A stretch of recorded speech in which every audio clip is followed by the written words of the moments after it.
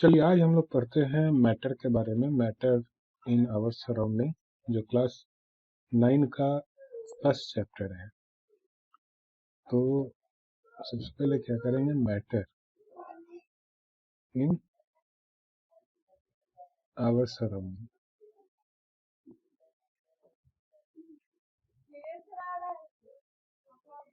ये हम लोग का चैप्टर है। तो इस चैप्टर में हम लोग क्या पढ़ेंगे, तो मैटर के बारे में पढ़ेंगे। मैटर होता क्या है, सबसे पहले वो जाने व्हाट इज मैटर। अब देखिए, पहले हम लोग क्लासिफिकेशन कर ले। मैटर को हम लोग सब्सटेंस भी कहते हैं, ठीक है। तो मैटर क्या होता है, तो हमारे चारों तरफ पाए जाने वाले वो सभी चीजें जिसमें कुछ मास होता है और जो स्पेस ऑक्यूपाई करता है। तो हम लोग मैटर के बारे में देखें, तो मैटर का क्लासिफिकेशन हम लोग यहाँ देख रहे हैं। तो सबसे पहला क्लासिफिकेशन हम लोग इसके प्रॉपर्टीज के बेसिस पर करेंगे। तो दो तरह के कैरेक्टर होते हैं, एक फिजिकल और दूसरा केमिकल।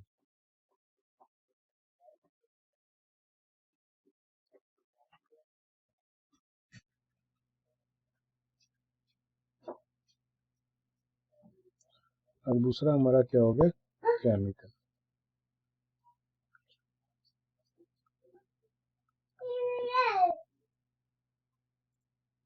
फिजिकल प्रॉपर्टीज के बेसिस पर हम लोग मैटर को 3 पार्ट में डिवाइड करते हैं। कौन सा, तो सॉलिड, लिक्विड और गैस।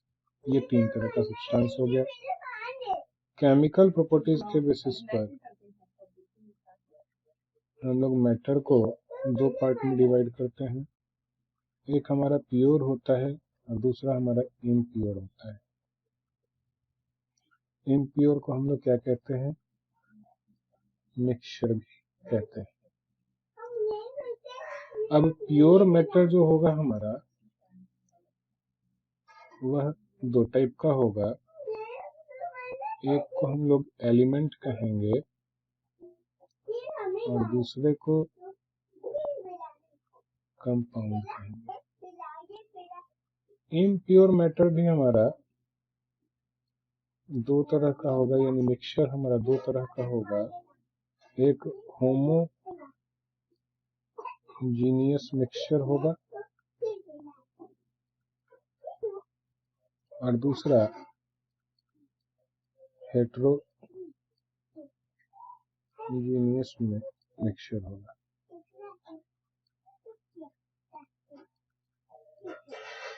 ठीक है। अब ये हम इधर आ जाए। एलिमेंट हमारा 3 तरह का होता है, आपको पता है, मेटल, और थर्ड वन होता है मेटल वर्ल्ड।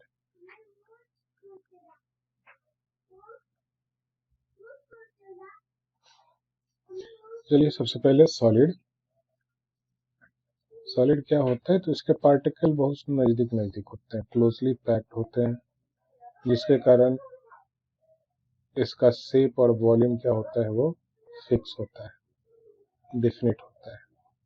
लिक्विड के पार्टिकल थोड़े दूरी दूरी पर होते हैं, जिसके कारण इसका शेप तो डिफिनिट नहीं होता, लेकिन वॉल्यूम क्या होता है, फिक्स होता है। वॉल्यूम कहने का मतलब कि ये जो स्पेस ऑक्यूपाई करता है, उसको हम लोग क्या कहते हैं, वॉल्यूम कहते हैं। अब जैसे अगर इसको हम लोग अगर किसी जगह पे रख रहे हैं और यह 1 मीटर का जगह छेक रहा है, और बड़े जगह पे रखेंगे तब भी ये 1 ही मीटर का जगह छेकेगा, लेकिन और इसका शेप भी क्या होगा, चेंज नहीं होगा। लेकिन लिक्विड में क्या होगा, अगर इसको हम कहीं रख रहे हैं, तो अगर मान लीजिए लिक्विड है, पानी है, 1 लीटर पानी है, तो क्या उसको ड्राम में हम रख देंगे तो वो 1 ड्राम हो जाएगा, नहीं। वॉल्यूम इसका फिक्स होगा, लेकिन शेप क्या होगा, बदलेगा। अगर आप बोतल में पानी को रखते हैं तो बोतल के जैसा, अगर जार में रखते हैं तो जार के जैसा, मतलब जिस बर्तन में रखेंगे उस तरह का इसका शेप हो जाएगा। गैस के पार्टिकल और भी दूर दूर होते हैं, जिससे इसका वॉल्यूम वॉल्यूम और शेप दोनों क्या होता है, इनडिफिनिट होता है। ठीक है, तो इसलिए हम लोग देख पाते हैं कि गैस जो है वह इसका एग्जांपल अगर हम लोग देखें कि अगरबत्ती या परफ्यूम हम लोग लगाते हैं, तो परफ्यूम तो लगाते हैं हम अपने बॉडी पर, लेकिन उसका सुगंध कुछ दूर तक चला जाता है। तो इस तरीके से कह सकते हैं इसका वॉल्यूम और शेप क्या होता है, दोनों इनडिफिनिट होता है। अब इधर केमिकल प्रॉपर्टीज में हम लोग आ जाएं तो यहाँ पे प्योर सब्सटेंस है, इसमें केवल एक ही तरह के पार्टिकल होंगे तो इसको हम लोग प्योर कहेंगे, और इसमें दो या दो से अधिक तरह के पार्टिकल्स होंगे तो इसको हम लोग क्या कहेंगे, इम्प्योर कहेंगे। जैसे अगर हम लोग शरबत लें, सिरप लें, तो उसमें क्या होता है, शुगर होता है और प्लस वाटर होता है। तो देखिए, एक ये सब्सटेंस हो गया, दूसरा ये सब्सटेंस हो गया, तो इसको हम लोग क्या कहेंगे, इम्प्योर कहेंगे या मिक्सचर कहेंगे। और प्योर में ऐसा नहीं है, अगर हम पानी कहें, वाटर कहें, तो इसमें केवल वाटर के पार्टिकल्स होंगे और दूसरे पार्टिकल्स नहीं होंगे। अब ये प्योर सब्सटेंस भी हमारा दो तरह का हो गया, एक हो गया हमारा एलिमेंट। ठीक है, तो एलिमेंट क्या होगा, तो इसमें केवल एक ही तरह के पार्टिकल्स पाए जाएंगे। अब देखिए, प्योर में भी एक तरह के पार्टिकल्स पाए जा रहे हैं, लेकिन इसमें एक तरह के पार्टिकल पाए जाएंगे और इसको उससे ज्यादा प्योर फॉर्म में नहीं तोड़ा जा सकता है। अब जैसे हम मान लीजिए कि आयरन ले लिए, लोहा ले लिए, अब लोहा को तोड़ करके इससे सिंपल फॉर्म में नहीं तोड़ा जा सकता, तो ये हमारा क्या हो गया, प्योर हो गया। प्योर होने के कारण इसको हम लोग क्या कहेंगे, एलिमेंट कहेंगे। अब ये एलिमेंट हमारा तीन तरह का होगा, एक मेटल होगा, दूसरा नॉन मेटल होगा और तीसरा मेटल वाइड होगा। मेटल किसको कहेंगे, तो इलेक्ट्रिसिटी का गुड कंडक्टर होगा, हीट का गुड कंडक्टर होगा, मैलिएबल होगा, डक्टाइल होगा, लस्ट्रस होगा, बहुत सारे प्रॉपर्टी हैं। ये हमारे मेटल के प्रॉपर्टी हो गए। और जस्ट अपोजिट क्या होगा, नॉन मेटल होगा, बैड कंडक्टर होगा हीट का, इलेक्ट्रिसिटी का भी बैड कंडक्टर होगा। और मेटल वाइड क्या होगा, इन दोनों के बीच के प्रॉपर्टी को शो करेगा, यानी मेटल और नॉन मेटल के बीच के प्रॉपर्टी को ये शो करेगा। ठीक, चलिए अब आते हैं कंपाउंड। कंपाउंड भी प्योर सब्सटेंस होता है, लेकिन यहाँ पे टू और मोर एलिमेंट्स जो हैं वह फिक्स रेशियो में केमिकली रिएक्ट करते हैं। ठीक है, तो दो या दो से अधिक एलिमेंट्स फिक्स रेशियो में क्या करते हैं, केमिकली रिएक्ट करके कंपाउंड को बनाते हैं। अब जैसे यहाँ पे देखिए मेटल है, Fe हो गया, ठीक है, इसके बाद क्या हो गया, सोडियम हो गया, सोडियम के बाद मैग्नीशियम हो गया, कॉपर हो गया, जिंक हो गया, ये सारे के सारे मेटल्स हैं। अब इसमें सब में एक ही तरह का एलिमेंट लिखा गया, इसमें दो या तीन नहीं लिखा गया। और इधर नॉन मेटल में अगर मान लीजिए तो हाइड्रोजन हो गया, ऑक्सीजन हो गया, हीलियम हो गया, ये सब नॉन मेटल है। यहाँ पे भी देखिए एक ही तरह का सिंबल लिखा गया है। मेटल वाइड में हमारा सिलिकॉन हो गया, जर्मेनियम हो गया, तो यहाँ पे भी सिंगल टाइप का आपका एलिमेंट लिखा गया है। लेकिन जैसे ही कंपाउंड में हम लोग बात करेंगे, तो यहाँ पे देखिए जैसे इसका एग्जांपल हमारा क्या हो गया, वाटर हो गया। अब वाटर में क्या होता है, H2O होता है, मतलब H भी है O भी है, और ये दोनों क्या हो गया, केमिकली रिएक्ट किया तो हमारा क्या बना, कंपाउंड बना। एक्चुअली मिक्सचर, तो मिक्सचर में क्या होता है, टू, देखिए यहाँ पे भी दो या दो से अधिक सब्सटेंस मिल रहे थे, लेकिन यहाँ पे केमिकल बॉन्डिंग हो रहा था, और यहाँ पे टू और मोर सब्सटेंस वो क्या होंगे, मिक्स होंगे, लेकिन केमिकली नहीं होंगे। यहाँ पे कोई रिएक्शन नहीं होगा, और यहाँ पे डिफिनिट रेशियो भी नहीं होगा, किसी भी रेशियो में ये मिक्स होंगे तो उसको हम लोग क्या कहते हैं, इम्प्योर सब्सटेंस कहते हैं। अब जैसे अगर हमको शरबत बनाना है तो 1 लीटर पानी में आप 200 ग्राम शुगर डाल सकते हैं। और कोई बोला कि नहीं, हम 1 लीटर पानी में 500 ग्राम हम शुगर डालेंगे। तो दोनों का नाम क्या होगा? शरबत ही होगा। ऐसा थोड़ा ना कि 200 ग्राम वाला दूसरा शरबत होगा और 500 ग्राम का शरबत का नाम दूसरा होगा। इसका नाम कोका कोला हो जाएगा और इसका नाम लिम्का हो जाएगा, ऐसा थोड़े ना। दोनों में हमारा शुगर का अमाउंट क्या है? डिफरेंट है। हाँ, ये अलग बात है कि ये कम मीठा होगा और ये ज्यादा मीठा होगा, लेकिन होगा क्या? शरबत ही होगा। अब किसी ने बोला कि नहीं, हम इसमें नींबू भी डालेंगे, लेमन भी डालेंगे, तो उसका भी नाम क्या होगा? शरबत होगा। उसमें थोड़ा ना नाम बदलने वाला है। तो इसीलिए इसको हम लोग क्या कहते हैं? मिक्सचर कहते हैं। इसमें नाम नहीं बदल सकता है, रेशियो भी नहीं बदल सकता। अब ये मिक्सचर जो हमारा होता है वो दो तरह का होता है, होमोजीनियस हो गया और हेट्रोजीनियस हो गया। अब जैसे अगर हम वाटर के साथ हम क्या मिला दिए? शुगर मिला दिए। और एक व्यक्ति हैं जो वाटर के साथ क्या मिला दिया? सैंड मिला दिया। तो आप देखेंगे सैंड वाला जो मिक्सचर है उसमें सैंड नीचे बैठा होगा और वाटर क्या होगा? ऊपर होगा। लेकिन जो वाटर और शुगर को मिलाया है उसमें आपको शुगर दिखाई ही नहीं देगा और पूरा पानी क्या हो जाएगा? वो मीठा हो जाएगा शुगर के कारण। तो ये हमारा क्या हो गया?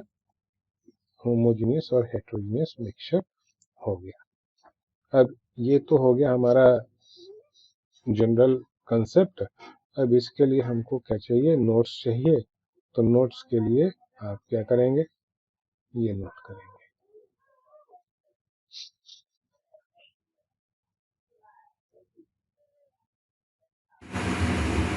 हाँ, तो हम लोग मैटर के बारे में पढ़ रहे थे। मैटर क्या होगा? वो सब चीज जो हमारे चारों तरफ पाए जाते हैं, जिसको हम छू सकते हैं, जिसमें कुछ वेट होता है। क्या होना चाहिए? वेट होना चाहिए।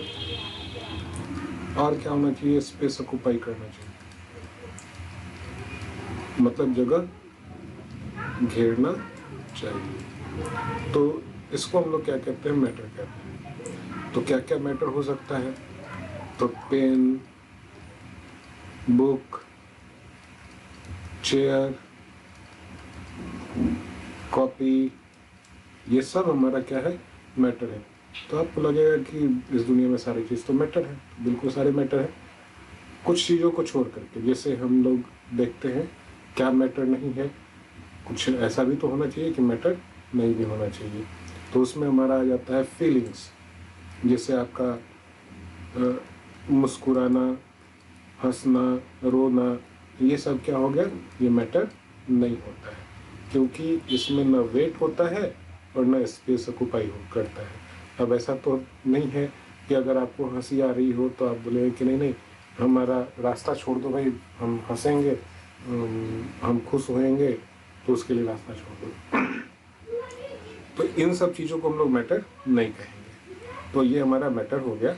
और मैटर जो होते हैं, बता चुके हैं कि सॉलिड, लिक्विड और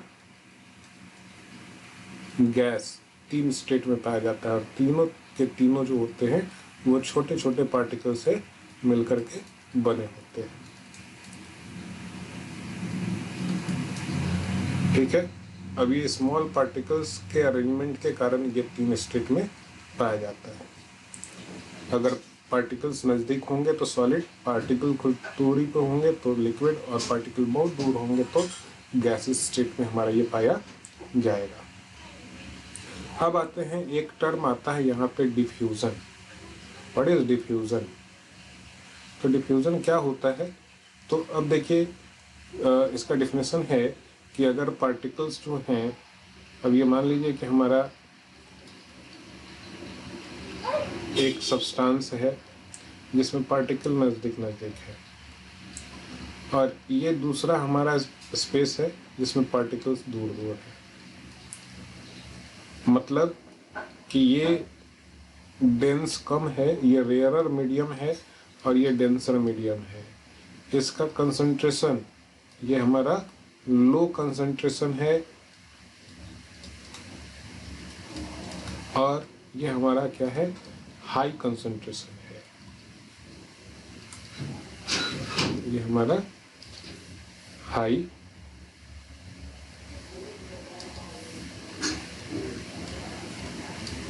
कंसंट्रेशन। ठीक, तो अब क्या होगा कि पार्टिकल्स मूव करेंगे कहाँ से कहाँ की तरफ। तो ये जो हाई कंसंट्रेशन का पार्टिकल है ये मूव करेगा इस तरफ, ये मूव करेगा इस तरफ। यानी हाई कंसंट्रेशन से लो कंसंट्रेशन की तरफ मूव करता है कोई पार्टिकल्स, तो उसको हम लोग क्या कहते हैं, डिफ्यूजन कहते हैं। अब जैसे आप परफ्यूम लगाते हैं, तो परफ्यूम जब आप लगाते हैं तो वो बोतल से निकलने के बाद उसका कंसंट्रेशन ज़्यादा होता है और वो लिक्विड के फॉर्म में होता है, और कुछ देर के बाद उस परफ्यूम का जो स्मेल है, उस परफ्यूम का फ्रेगनेंस है, वो एयर में मिलने लगता है। मतलब आप परफ्यूम लगाते हैं दूसरे को तो उसका सुगंध पता चलने लगता है। तो ये हमारा समझ लीजिए एयर है, गैस, और ये हमारा क्या है, तो जो हम परफ्यूम यूज़ कर रहे हैं वो लिक्विड। ठीक है, तो यहाँ से पार्टिकल्स निकल करके एयर में जाने लगता है। ऐसा थोड़े ना होता है एयर आपके परफ्यूम में जाने लगता है, नहीं, एयर में जाने लगता है परफ्यूम। तो इसी प्रोसेस को हम लोग क्या कहते हैं, डिफ्यूजन कहते हैं। अब डिफ्यूजन के कारण क्या होता है कि कोई भी सब्सटेंस एक दूसरे में मिक्स होता है, यानी मिक्सिंग का जो प्रोसेस है वह डिफ्यूजन के कारण ही होता है।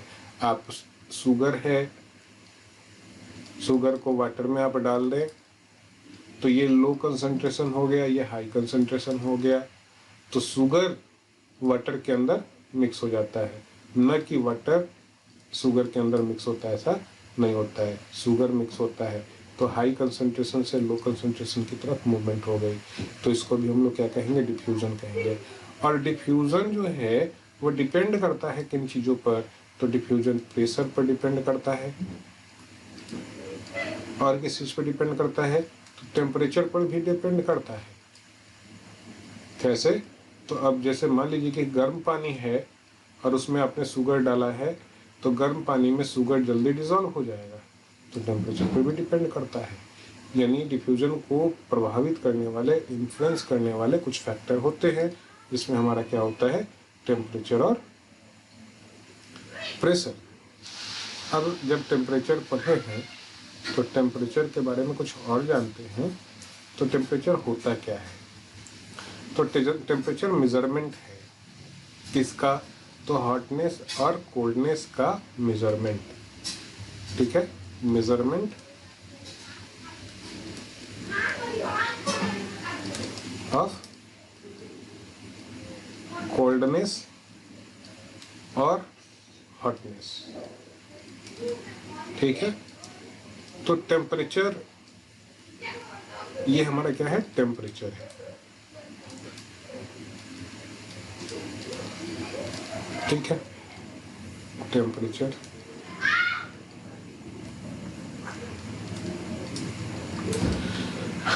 तो चलिए टेम्परेचर ये हो गया। अब टेम्परेचर को हम लोग मेजर किस चीज़ में करते हैं, तो टेम्परेचर को मेजर करते हैं कुछ जगहों पर हम लोग फ़ारेनहाइट में मेजर करते हैं, कुछ जगह पर डिग्री सेल्सियस में मेजर करते हैं, और कुछ जगह पर केल्विन में मेजर करते हैं। तो ये बात हमेशा याद रखेंगे कि डॉक्टर्स लोग जो हैं वह क्या करते हैं, फ़ारेनहाइट में, यानी हमारे शरीर का फीवर जो मेजर किया जाता है वो फ़ारेनहाइट में मेजर किया जाता है। और जनरली हम लोग टेम्परेचर केल्विन में, सॉरी, सेल्सियस में मेजर करते हैं। ये जनरल हो गया, ये जनरल। जैसे हम लोग देखते हैं टीवी में, भाई आज मौसम की जानकारी ये है और आज तापमान 46 डिग्री सेल्सियस रहने की संभावना है, तो ये हमारा सेल्सियस में वहाँ पे बताया जाता है। अब तीसरा है हमारा केल्विन, ये हमारा क्या है, एसआई यूनिट है। अब एसआई यूनिट क्या होता है, तो एक वैसा यूनिट जो पूरे विश्व में माना जाता हो, इंटरनेशनल सिस्टम हो, तो उसको हम लोग क्या कहते हैं, एसआई यूनिट कहते हैं। तो केल्विन को ऐसा यूनिट के रूप में हम लोग जानते हैं। अब चलिए हम लोग कन्वर्ट कर सकते हैं केल्विन से फ़ारेनहाइट, फ़ारेनहाइट से केल्विन या सेल्सियस में। जैसे आप लोग देखते हैं, दो बातें सुने होंगे आप लोगों ने कि भाई पानी का boiling point of water is 100 degree Celsius. ये बॉइलिंग पॉइंट है किसका? वाटर का है। और टेम्परेचर ऑफ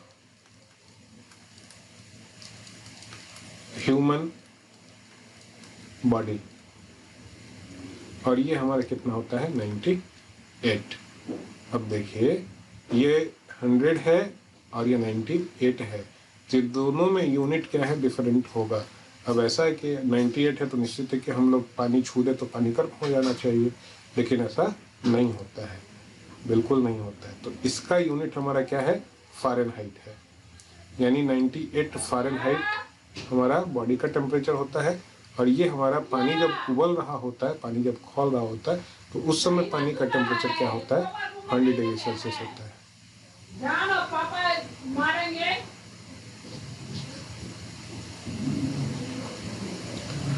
जब पानी उबल रहा होता है तो उसका टेम्परेचर क्या होता है? 100 डिग्री सेल्सियस होता है।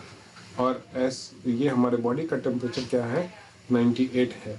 तो 98 हमारा क्या होता है? फ़ारेनहाइट होता है। और यह हमारा क्या होता है? सेल्सियस होता है। और केल्विन का यूज़ हम लोग जनरली केवल इंटरनेशनल यूनिट के रूप में ही हम लोग करते हैं, केमिस्ट्री में करेंगे। और यह हमारा क्या होता है? इसको हम लोग केल्विन टेम्परेचर कहते हैं। और केल्विन टेम्परेचर कभी नेगेटिव, नॉन नेगेटिव होता है, ये नेगेटिव नहीं हो सकता है। बाकी सारे टेम्परेचर नेगेटिव में होंगे, लेकिन यह नेगेटिव नहीं होगा। चलिए अब देखें कि भाई कैसे यह टेम्परेचर हम लोग कन्वर्ट कर सकते हैं। तो इसके लिए हमारा पानी, वाटर के लिए ही हम लोग लेते हैं। पानी का क्या? तो दो चीज़, एक फ्रीजिंग पॉइंट और दूसरा बॉइलिंग पॉइंट। पानी कितने डिग्री पर फ्रीज होता है और पानी कितने डिग्री पर बॉयल होता है। तो इन दोनों के लिए हम लोग अगर सेल्सियस में पढ़ें तो सेल्सियस में 0 डिग्री पर पानी फ्रीज होता है और 100 डिग्री पर पानी बॉयल होता है। और इसके बीच में कितने सेक्शन हो गए? तो 100 पार्ट्स हो गए। 0 से 100 के बीच 100 पार्ट्स हो गए। ठीक है। अब दूसरा आता है हमारा, अगर फ़ारेनहाइट में लेंगे तो फ़ारेनहाइट में पानी का फ्रीजिंग पॉइंट 32 फ़ारेनहाइट होता है और पानी का बॉइलिंग पॉइंट 212 होता है। अब इन दोनों के बीच में कितने सेगमेंट्स हो जाएंगे? तो 180 हो जाएगा। ठीक है। अब उसी तरह से केल्विन टेम्परेचर में भी हमारा मेजरमेंट होगा और ये 273 केल्विन होगा पानी का फ्रीजिंग पॉइंट, और हमारा बॉइलिंग पॉइंट क्या होगा? 373। अब यहाँ पे भी 100 का डिफरेंस पाया जा रहा है। तो चलिए इन्हीं की मदद से हम लोग क्या करेंगे? टेम्परेचर का कन्वर्शन करेंगे। यानी अगर हम लोग इन दोनों को देखें तो ये दोनों में कोई डिफरेंस नहीं है, केवल ये स्टार्ट कहाँ से हो रहा है? तो 273 से, और ये 0 से स्टार्ट हो रहा है। ये ख़त्म कितने पे हो रहा है? 373 पर, और ये कितना हो रहा है? 100 पर। तो इसके लिए हम लोग क्या करेंगे? अगर हमको सी केल्विन में टेम्परेचर निकालना है तो केल्विन सी, और इसका सबसे मिनिमम टेम्परेचर क्या है? 0 है। और कितने से फ्रैक्शन हो गए? तो 100 फ्रैक्शन हो गए। और ये बराबर होगा हमारा फ़ारेनहाइट है। फ़ारेनहाइट में मिनिमम टेम्परेचर कितना है?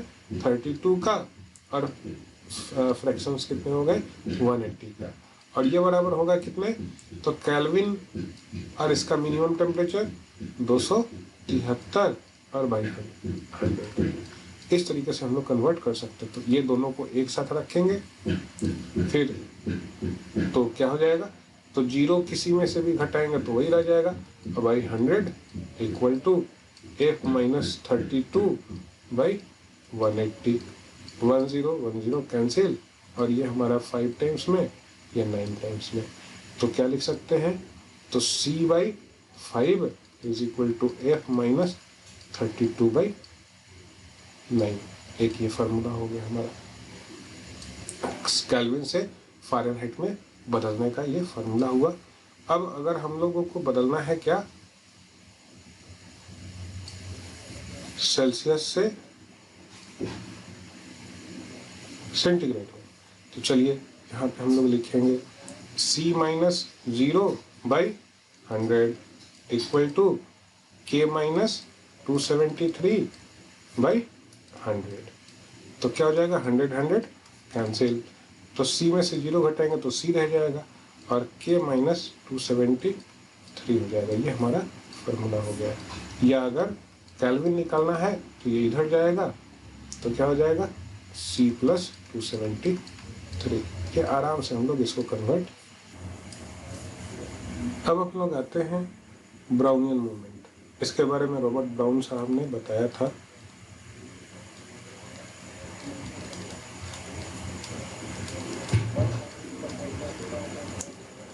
तो रॉबर्ट ब्राउन साहब ने क्या बताया था, तो पार्टिकल्स के मूवमेंट के बारे में बताया था। कोई भी जो पार्टिकल है, जैसे गैस का पार्टिकल है, वो कैसे मूव करता है, तो उसके बारे में बताया था। तो उन्होंने बताया था, इसके बारे में बताया किसने था, रॉबर्ट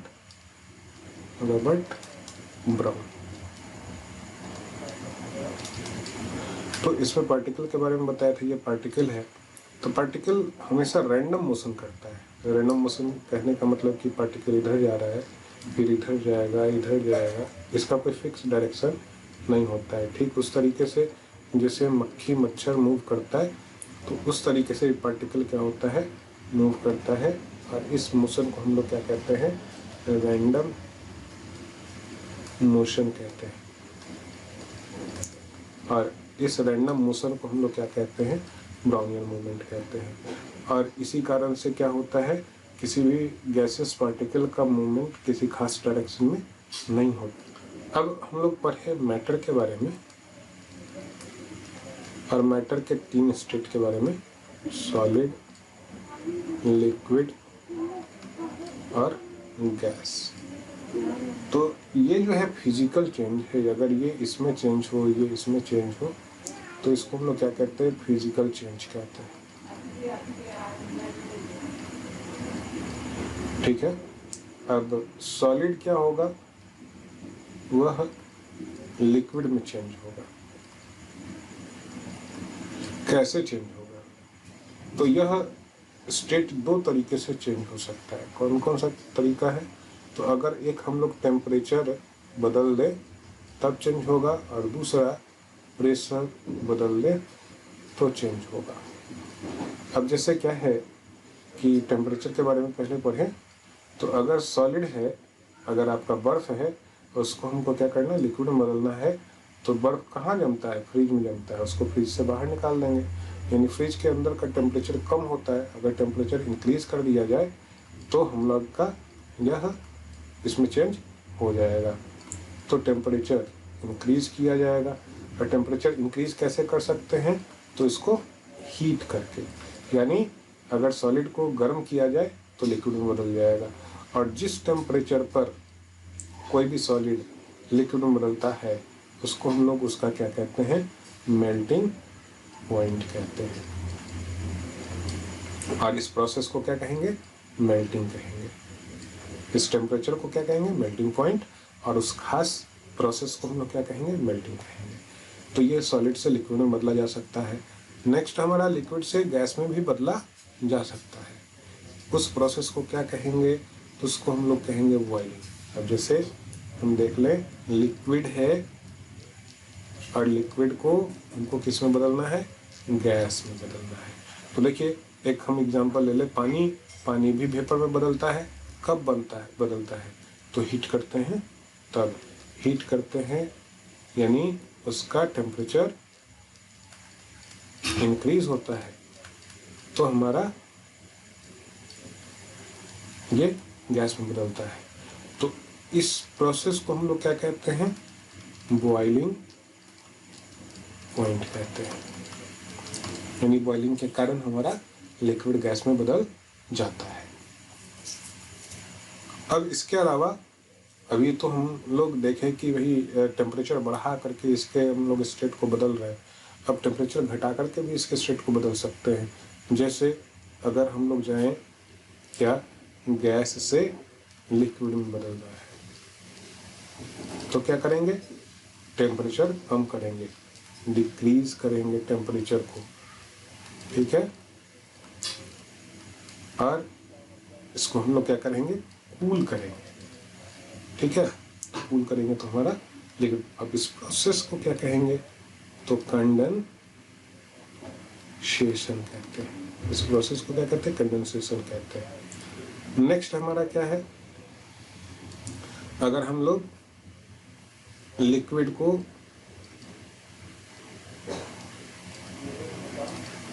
सॉलिड में बदलना चाहते हैं, तो सॉलिड में बदलना चाहते हैं तो यहाँ पे भी हम लोग क्या करेंगे, इसको कूल करेंगे, यानी यहाँ पे भी हमारा डिक्रीज होगा टेम्परेचर। और डिक्रीज करते हैं हम लोग, जैसे आइसक्रीम जमाना होता तो पानी को हम लोग या ये दूध को, मलाई को हम लोग क्या करते हैं, फ्रिज में डाल देते हैं और फ्रीज करते हैं तो सॉलिड में बदल जाता है। इसीलिए इसको हम लोग क्या कहते हैं, फ्रीजिंग पॉइंट कहते हैं। ये हमारा क्या हो गया, फ्रीजिंग पॉइंट हो गया। तो इस तरीके से हम लोग किसी भी स्टेट को बदल सकते हैं with the help of temperature के इंक्रीज या डिक्रीज करके, इसको कूल करके या हीट करके। अब नेक्स्ट है हमारा प्रेशर के द्वारा भी हम लोग क्या कर सकते हैं, स्टेट चेंज कर सकते हैं। अब मान लीजिए कि हमको गैस से क्या में बदलना है, लिक्विड में बदलना है, तो कैसे बदल सकते हैं, तो इसमें हम लोग अगर गैस के प्रेशर को इंक्रीज कर दें, प्रेशर क्या किया जाए, इंक्रीज किया जाए, तो क्या हो जाएगा, तो गैस के पार्टिकल्स दूर दूर होते हैं। अगर उसके प्रेशर को इंक्रीज कर दिया जाएगा, प्रेशर को बढ़ा दिया जाएगा, तो ये पार्टिकल नज़दीक आ जाएंगे, ये पार्टिकल नज़दीक आ जाएंगे, तो क्या हो जाएगा, लिक्विड में आसानी से बदल सकता है। यानी प्रेशर के द्वारा भी लिक्विड स्टेट चेंज कर सकते हैं। टर्म और है सब्लिमेशन।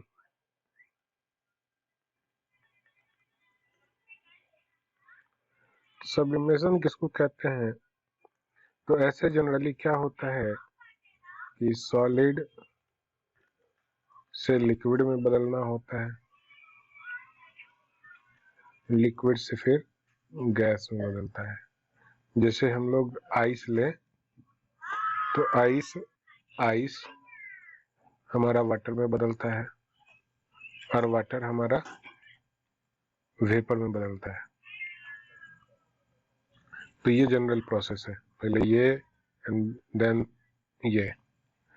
अगर हम कोई सब्सटेंस सॉलिड से सीधे गैस में बदल जाए तो इस प्रोसेस को हम लोग क्या कहते हैं, सब्लिमेशन कहते हैं। कैम्फर या नेप्थलीन, तो ये हमारा एग्जांपल हो जाएगा सब्लिमेशन का। तो इसमें हमारा सब्सटेंस सीधे लिक्विड स्टेट में गए बिना सीधे गैसियस स्टेट में चला जाता है और इस प्रोसेस को हम लोग क्या कहते हैं, सब्लिमेशन कहते हैं। एक लास्ट टर्म और है इस चैप्टर का, लेटेंट हीट। लेटेंट हीट, तो ये क्या होता है, द अमाउंट ऑफ हीट होता है, अमाउंट ऑफ हीट जो किसी भी सब्सटेंस के स्टेट को बदलने के लिए किसी खास टेम्परेचर पर, अब जैसे सॉलिड है, सॉलिड से लिक्विड में बदले, तो लिक्विड में बदलने के लिए हमको क्या करना पड़ेगा, हीट करना पड़ेगा। तो हीट करना है और उसी हीट के अमाउंट को हम लोग क्या कहते हैं, लेटेंट हीट। लेकिन एक खास बात ये रखना है कि टेम्परेचर हमारा क्या रहे, टेम्परेचर सॉलिड से लिक्विड में चेंज करने के लिए हीट करने की जरूरत होती है, उसी हीट को हम लोग क्या कहते हैं, लेटेंट हीट कहते हैं। लेकिन एक खास कंडीशन कि टेम्परेचर हमारा कांस्टेंट होना चाहिए, टेम्परेचर बदलना नहीं चाहिए। मतलब टेम्परेचर अगर सॉलिड का 10 डिग्री सेल्सियस है तो लिक्विड का भी टेम्परेचर क्या होना चाहिए, 10 डिग्री सेल्सियस होना चाहिए। और इस समय जब ये लिक्विड में बदलता है तो उसके लिए जो अमाउंट ऑफ हीट की जरूरत होती है उसको हम लोग क्या कहते हैं, लेटेंट हीट कहते हैं। अब ये लेटेंट हीट डिफरेंट टाइप के होते हैं। जैसे latent heat of fusion, latent heat of vaporisation, ये डिफरेंट टाइप के होते हैं। ठीक है, तो यहाँ पे हम लोग कह सकते हैं कि अगर हम लोग लेटेंट हीट ऑफ फ्यूजन पढ़ रहे हैं तो अगर 1 kg 1 किलोग्राम ऑफ सॉलिड को हमको क्या बदलना है, लिक्विड में बदलना है। और लिक्विड में बदलना है तो उस समय जो हीट की अमाउंट की जरूरत होगी उस हीट के अमाउंट को हम लोग क्या कहते हैं, लेटेंट हीट कहेंगे। और टेम्परेचर क्या रहना चाहिए, यहाँ पे कांस्टेंट होना चाहिए।